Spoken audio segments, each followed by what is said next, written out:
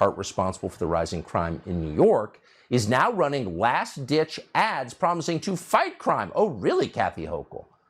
But it's probably too late for her. She's losing to a Republican in New York. Pennsylvania is almost as Democratic as New York is, but the lieutenant governor now running for Senate there, John Fetterman, is also losing for the same reasons, we guess.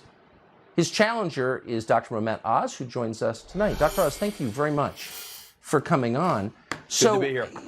In the case of Fetterman, since he is currently an office holder, he can be traced. Not a big fan of listening to politicians, so I might just skip that. Okay, let me get my sound levels worked out.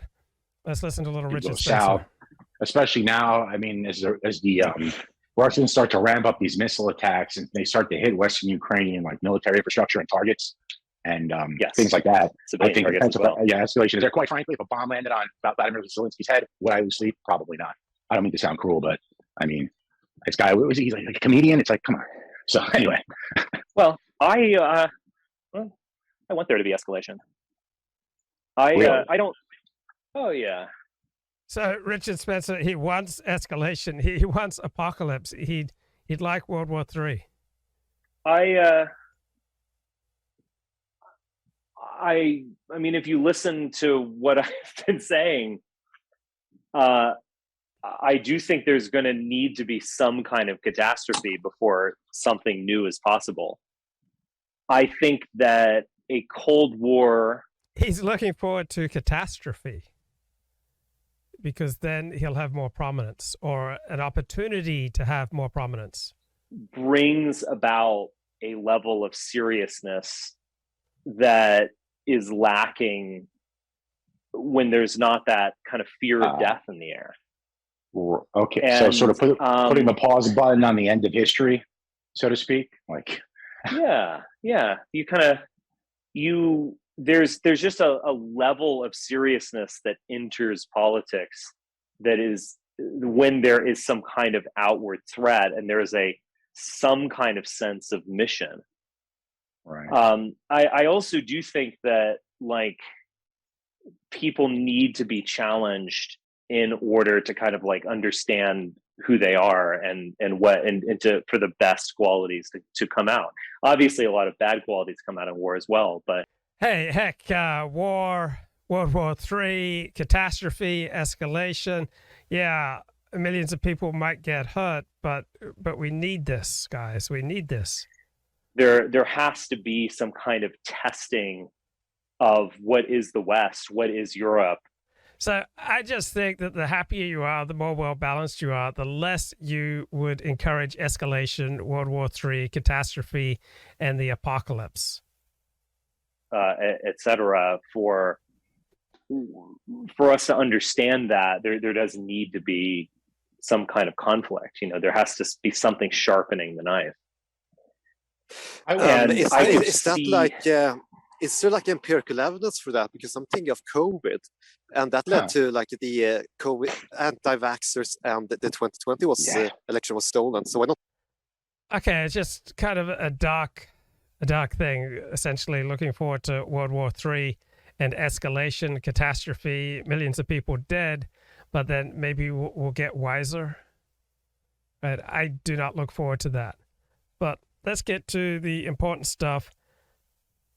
Let's have a look here at how political leaders walk. All right, let's get to the beginning here.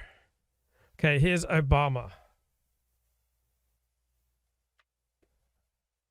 All right, that's a pretty good imitation of Obama. Here's Obama in real life. So look at this good use, all right? Lots of width across his shoulders. Like his torso is long, his neck is not compressed. So that's a pretty good imitation. How are you? So you'll see there's a lot of freedom in the way Obama moves. Oh, look at that, look at that, look at that. That's beautiful. So when most people get on their knees like this, they don't have this excellent head, neck, back symmetry going on. Look at that beautiful symmetry. I don't think that Joe Biden could do this, but very easily goes to his knees like that. So most people, as they get after about 40, it becomes much more difficult for them to get into a crouch. How are you? Can I shake your hand? So see, even though he's bending down, there's not a lot of neck compression. There's just a moderate amount of neck compression there, but probably less than average. Good to see you. How are you? So there, yeah, reasonably free neck, just a mild amount of neck compression. Nice to see you. Nice to see you. How are you? How are you? Okay, see how his head is nicely balanced on top of his torso? It's not tipping back, it's not forward. Good to see you. Tell everybody good. So when he leans forward, his whole body and head, move together. There's a nice head neck back relationship here when he moves. Hey, down there. So he's at ease, like relaxed. Right now. Okay, see, nice free neck.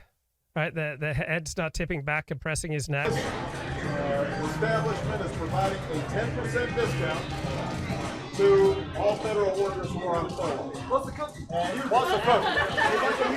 We can end this shutdown. And Joe Biden, his head is on top of his torso. His shoulders are wide. His neck is not compressed.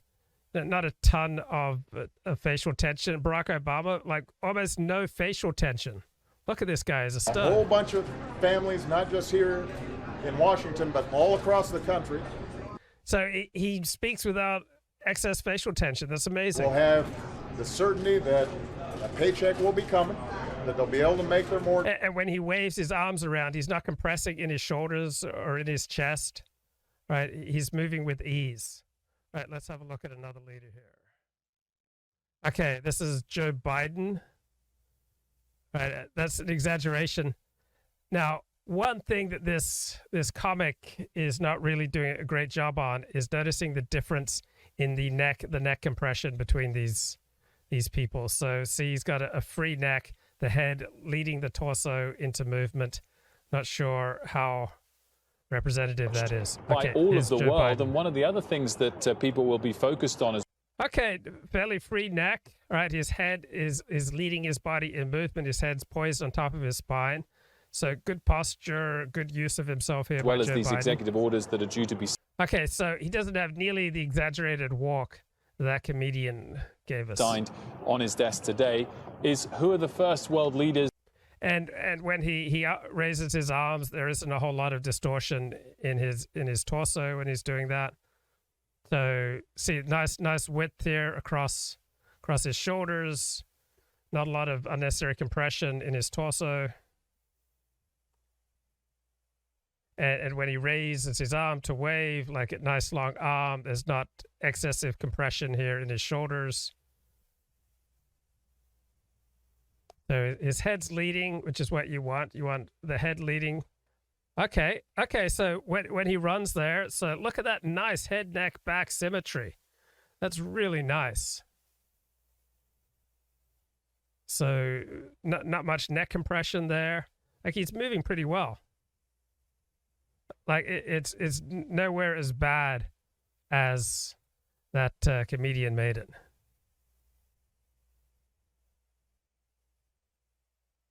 Okay, Joe Biden moving pretty well there.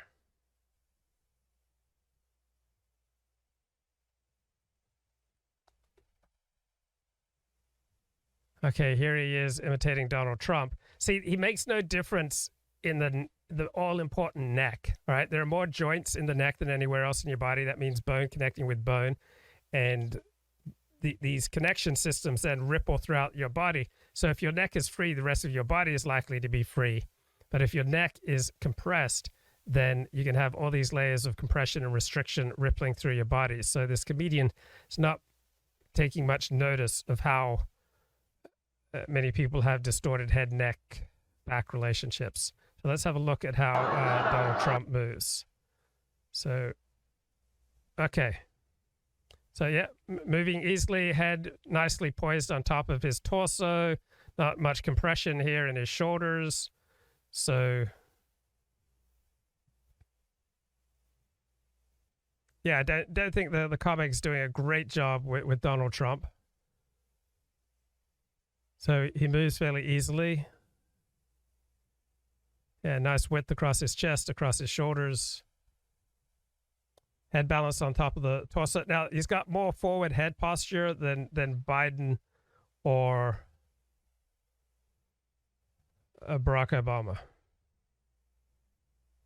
And maybe a little more compression in the neck area.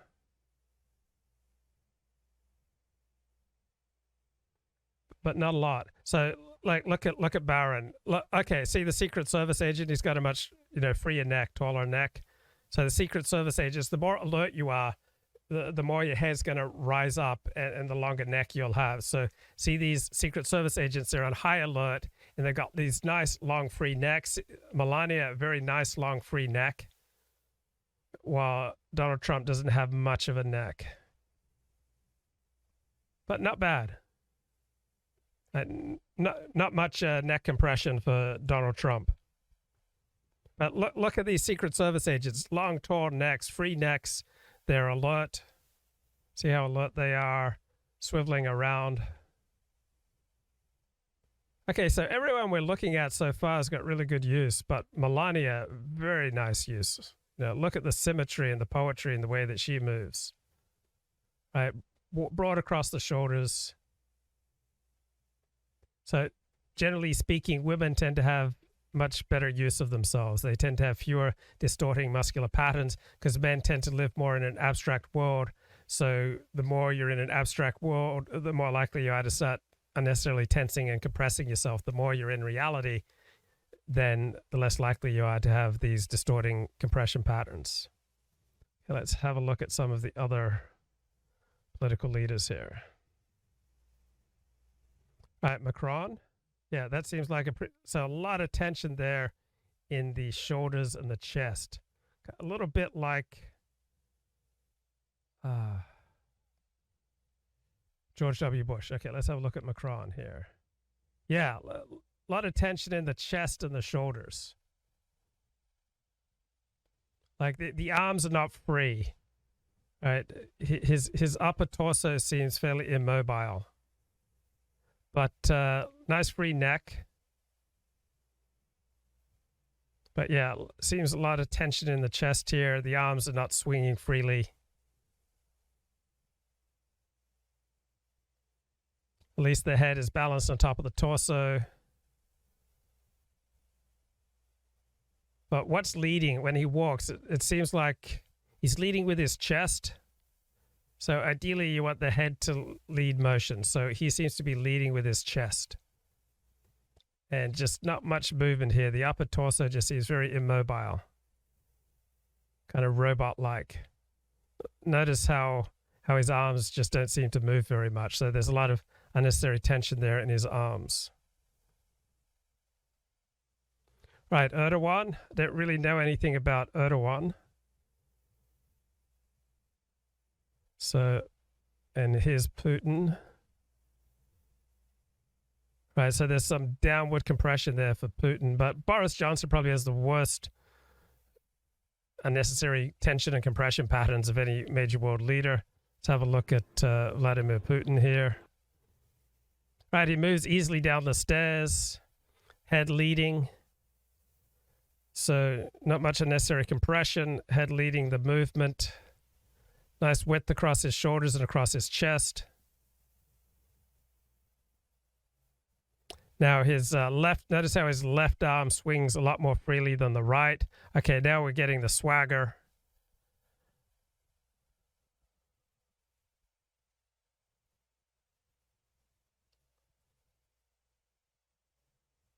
So notice how he's kind of tipping to the right side when he walks. So he tips to the right side when he walks.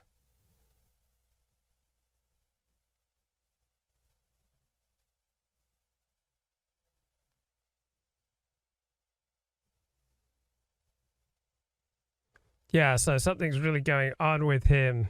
The right side much more dominant than the left side. His left arm doesn't swing much.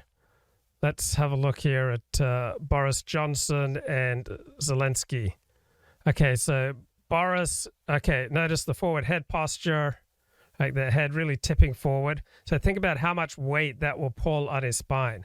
So you can hold up a weight, a 10-pound weight, and you hold it straight above, not a big deal. But once you start tipping it, either forward or back, then it adds considerable more strain. So Boris Johnson's considerably tipped forward as opposed to Zelensky. Zelensky's head just slightly tipped forward.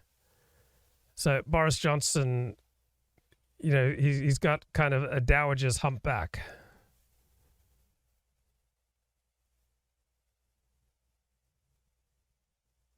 So yeah, Zelensky has much more ease. Boris, kind of stuck in forward head posture. Yeah, Zelensky looks a lot more relaxed, a lot less unnecessary compression. So Boris is kind of stuck in, fight or flight. That's where, when you're in fight or flight, the head retracts back onto the spine. So you lose the neck and you kind of turtle in like this. So, and your shoulders start to rise up, right? So Boris Johnson walks around with about 20% of the fight or flight posture, while Zelensky, he moves much more freely. Look at that nice free neck.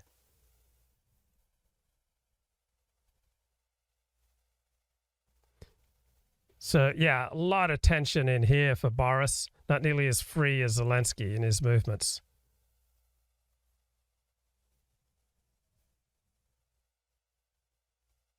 Boy, Boris is pretty chubby, isn't he?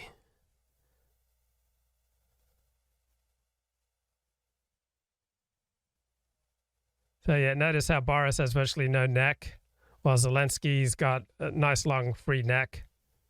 So even though he's at war, not a lot of facial tension here for Zelensky. He moves easily. He doesn't have the distorting muscular compression patterns of Boris Johnson. Okay, who else do we have here? Okay, this is Erdogan. Let's have a look at Erdogan. Okay, so Erdogan, his head nicely balanced on top of his spine. A lot of tension in his upper torso. There seems to be something going on with the left side of his torso. Seems quite distinct from the right as far as muscular tension. Seems to be tipping to one side like Putin. But he's got at least some neck here. He's not compressing his head back onto his spine.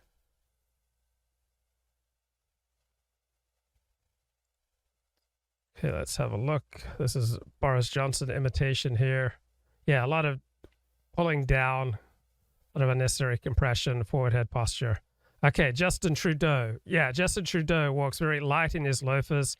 This comedian shows him leading with his hips. So is this how Trudeau really walks? Let's have a look again at Boris Johnson and Zelensky.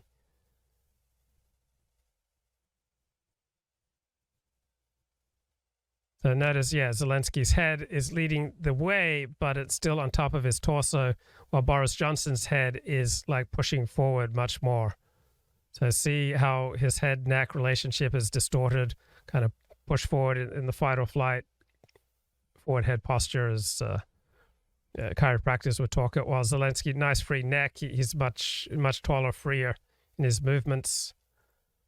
And then Justin Trudeau, very light in his loafers. Looks like he's taken some Alexander Tech. Nice free neck for Justin Trudeau. Nice width across his shoulders. Moves very easily. Not much unnecessary facial tension. Yeah, Trudeau does seem to lead with his hips. Right? That seems to go first when he walks, and then his head and the rest of him catches up behind. So if I were his Alexander Technique teacher, I'd encourage him to lead with the head-neck relationship and then allow the torso to follow after that. But a lot of freedom in his movement. Now, he is tipping a little bit side to side. Both of these men are kind of tipping side to side. And as they get older, they'll be more likely to get caught in a stranglehold of these unnecessary tension and compression patterns. So it's a bit weird how much Trudeau tips side to side. So there's something going on around his hips he's probably got one hip thrust forward much more than the other, which is distorting his whole musculature. So most people will have anterior pelvic tilt with the right hip.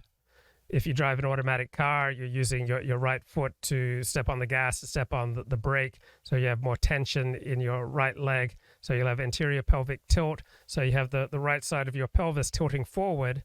And then because the central nervous system wants to maintain the eyes level at all times, the back has to wrench to deal with the anterior pelvic tilt and keep your eyes level. So that's going to cause a lot of back pain. So most people have anterior right pelvic tilt.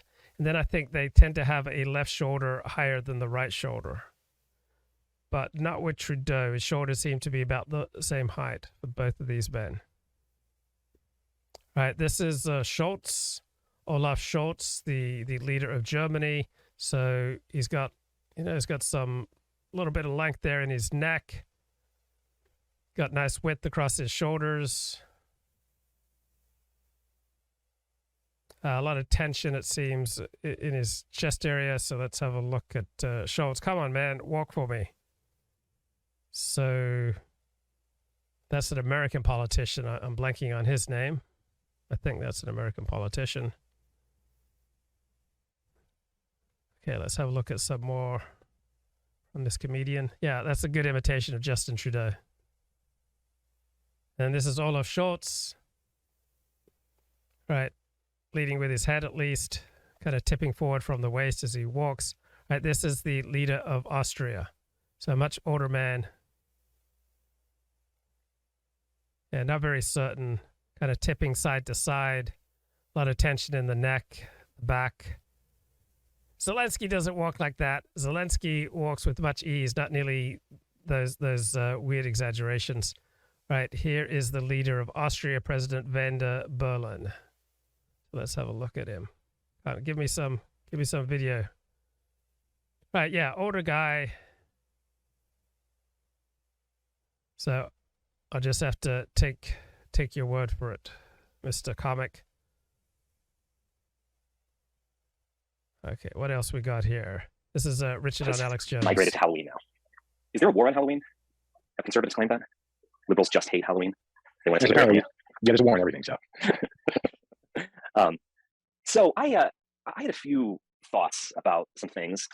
Let me grab this book that I was working on. So is the Alex Jones situation, does that interest you guys? I find the whole thing, well, it's sad, but it's sort of fascinating. Yeah. Just as a preface, I feel terrible for the parents that lost their children in this horrific act of terror, and his jerk-off fans are basically harassing them. I mean, it just, I just have no words, quite frankly. Yeah, I mean, I have some ambivalence about the whole situation. It's interesting that all of the conservatives circled the wagons on Alex Jones, and they basically said,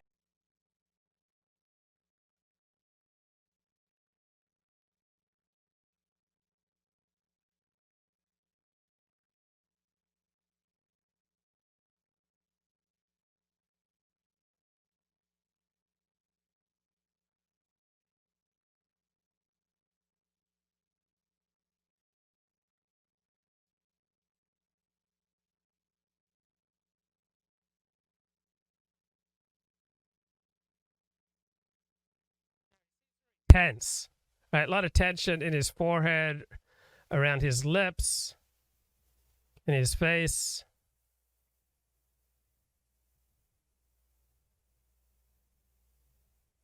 But a little bit of free neck here. But yeah, just kind of overwhelming amounts of facial tension. That's what I'm picking up from the Führer. you know, they're attacking him because he criticizes the regime, which is a common tagline that they've picked up on. It's to kind of, I guess, objectify the government. It's, you know, the regime. Similar to the globalists. Exactly. Right? Like who are, you don't know exactly what it means. And they certainly wouldn't say that with regard to Trump. It would be like America. I saw another line from Charlie Kirk, which is something that makes absolutely no sense, and they always use, which is, if they could do this to Alex Jones, think about what they'll do to you. So it's this. I guess the notion is, if there is a sense to it, that Alex Jones has made, you know, millions off selling people diet plans and, you know, brain, muscle, semen oils, and who God knows what. And so he has tons of money and can hire lawyers. So like, imagine what it'd be for you, who's living paycheck to paycheck, and, you know, they would just crush you. Well, of course, the answer to that is that they're not just going to go after random people on social media. I mean, at the very worst, they're going to take away your Twitter account.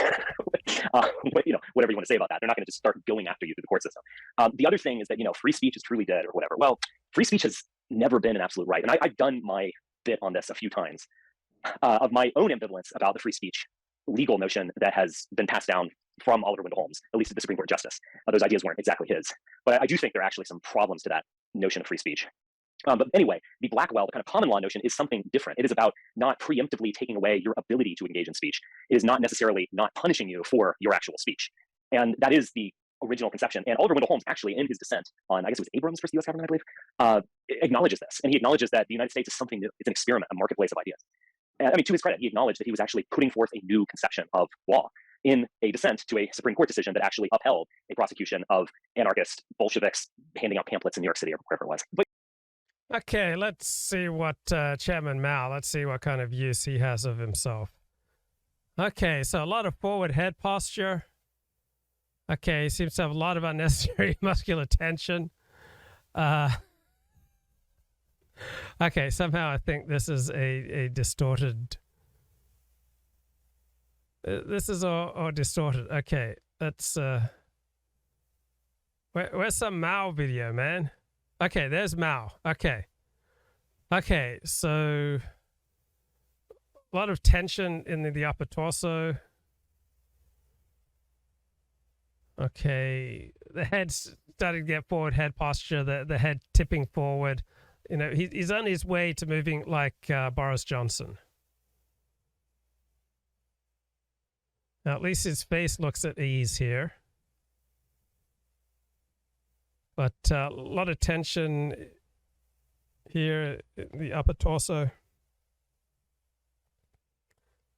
Let's have a look at Saddam Hussein. Can we get some Saddam Hussein video here? All the Saddam Hussein video is tied into the AP. Okay, so yeah, nice long neck here. So when he's raising his gun, he seems to have some freedom of movement here. There's Stalin. His head's nicely poised on top of his torso. So Stalin did a lot of bad things, but at least his head's not tipping back, compressing his spine. George W. Bush had a lot of weird tension patterns. Come on. Okay, so there's Saddam Hussein. His right shoulder seems compressed here. A lot of facial tension. Right, he doesn't look at ease with himself. And let's have a look at Uncle Joe Stalin. Okay, nice width across his shoulders. His head nicely balanced on top of his torso. Here he is at a women's meeting. Yeah, you see, he's very at ease with himself. So some good use there by Uncle Joe. Look how happy he is. No unnecessary tension in his face. Just moving easily. Oh, he doesn't have much of his neck, so I noticed a lot of it tipping his head back, compressing his neck. But here we've got a little bit more length on his neck. So a lot of tension in the upper body. His shoulders seem fairly compressed. Doesn't seem to have much length or width in his torso.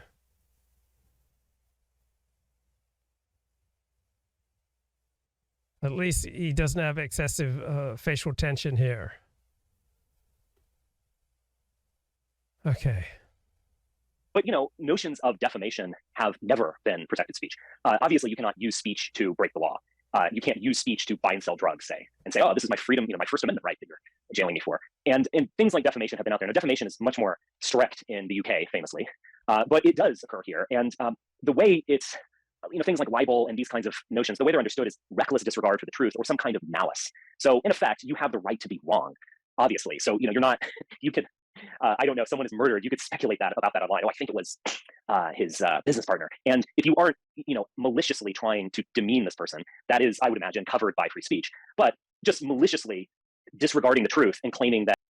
So Winston Churchill had a lot of forward head posture. Like his head was very much tipping forward. Doesn't have much of a free neck here.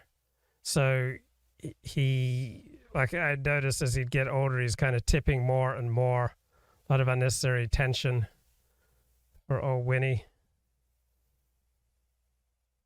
Come on, give me some video here. Where's the video of Churchill, mate? This is Sir Winston Churchill resigning. And I'm not seeing, there we go. Okay, so yeah, not much left of his neck, but he's still able to bow.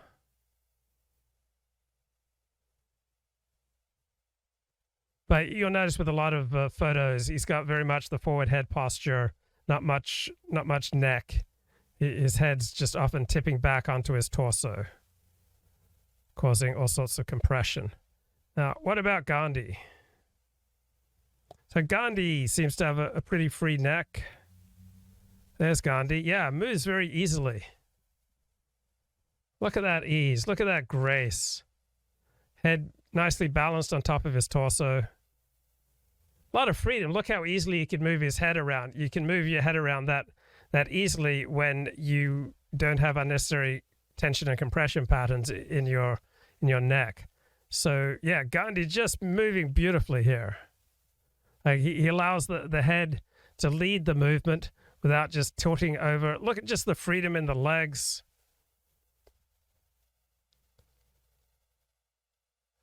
Yeah, it just seems to have a lot of ease and freedom. Just very alive to the moment.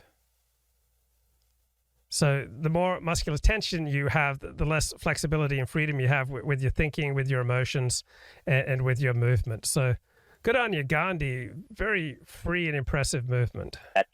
Jim Bob Womack, he actually he murdered his wife or whatever. You're doing that without any evidence or any semblance of reason, then you are defaming him maliciously, particularly if you have a motive to it. I guess Alex Jones's motive was to just isolate a target and then get his fans whipped up into a frenzy and profit off that. Just create a kind of team that is on to the truth and things like this. I can see it, and I can see how Alex Jones did absolutely engage in defamation. And $1 billion, that seems a bit much, but there's no doubt if you put yourself in the shoes of these people, this unspeakable crime has occurred that affects you personally. And then you have some blowhard online saying that you and George Soros were engaging in some elaborate scheme to take away gun rights. I mean, I can totally understand that would have caused hurt, heartache, sleepless nights, depression, outrage, etc. So I get it. Okay, that was Richard Spencer. All right, news. Hasidic school to pay $8 million after admitting to widespread fraud. So remember the Central United Talmudical Academy we were talking about a month ago, where they had several thousand students. Every single one failed the state of New York basic math and English test.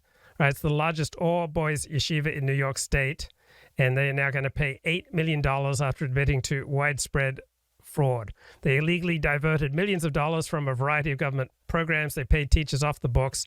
They requested reimbursements for meals for students that they never provided.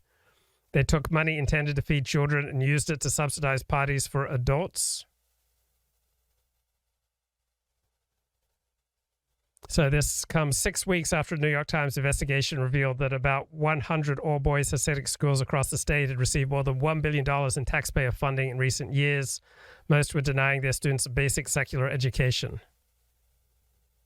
So since then, Hasidic schools have come under intense government pressure on many fronts, with officials scrutinizing what the schools teach and how they manage their finances.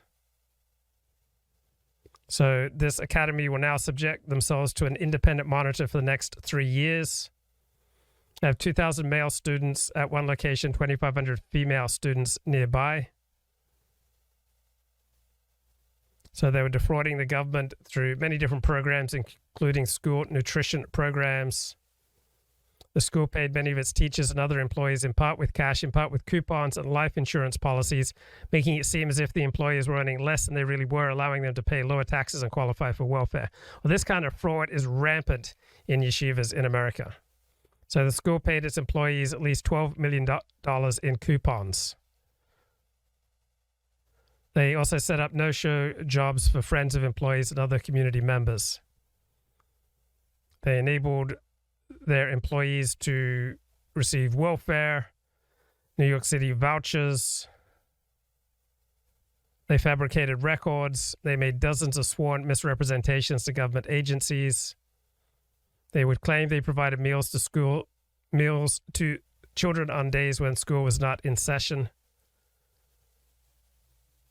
So rampant cheating, and now they are going to pay $8 million back to New York.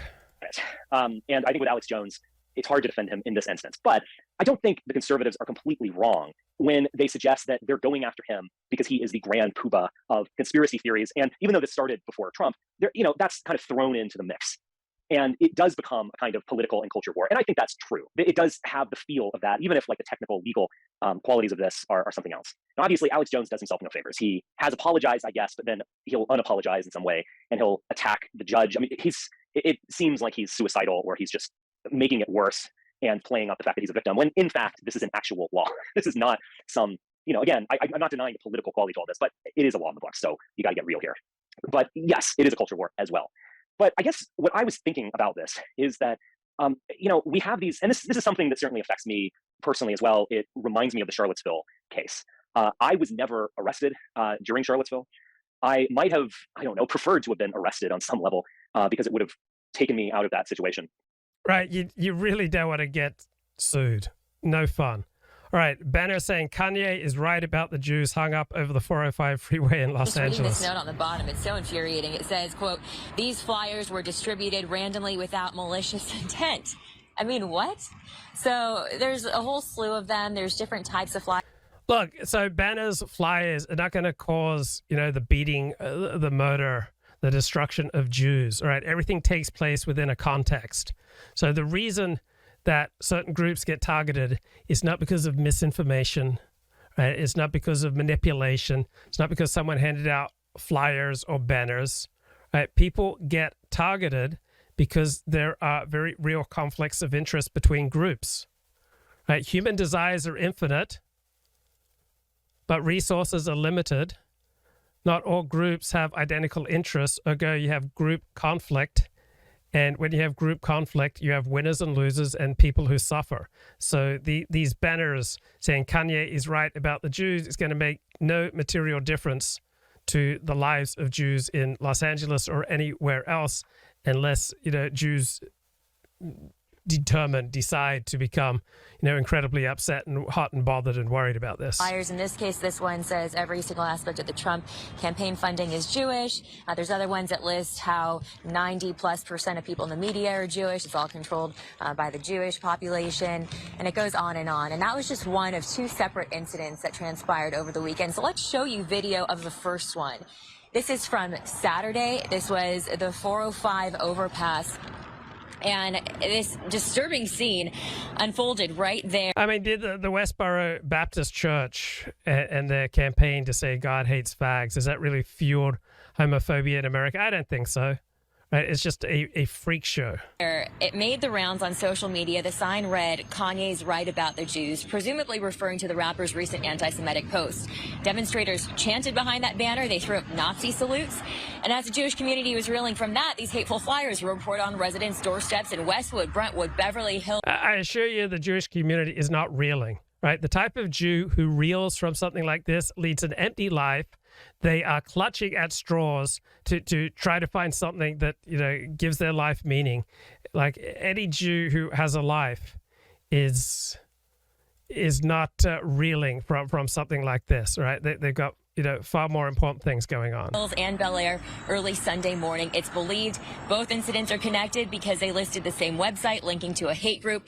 Will not be sharing that site or giving them the attention they seek. But here is video we obtained first on Fox of a car believed to be linked to this. So take a good look, because cameras captured the moments that someone within that car flung flyers onto doorsteps in Westwood around.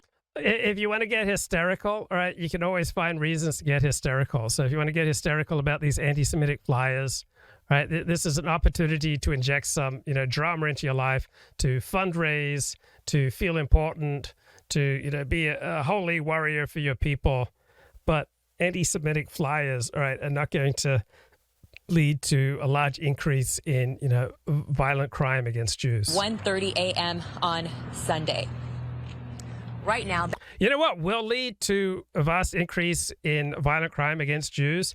The very same thing that will lead to a vast violent crime increase against non-Jews, against Asians, against blacks, Latinos, white Christians, Muslims, right? And that is discouraging the police from doing their work, right? Glorifying criminals, trashing the police, arguing that the police is racist. So the Black Lives Matter, mainstream media agenda that the police are racist, that will lead to a large increase in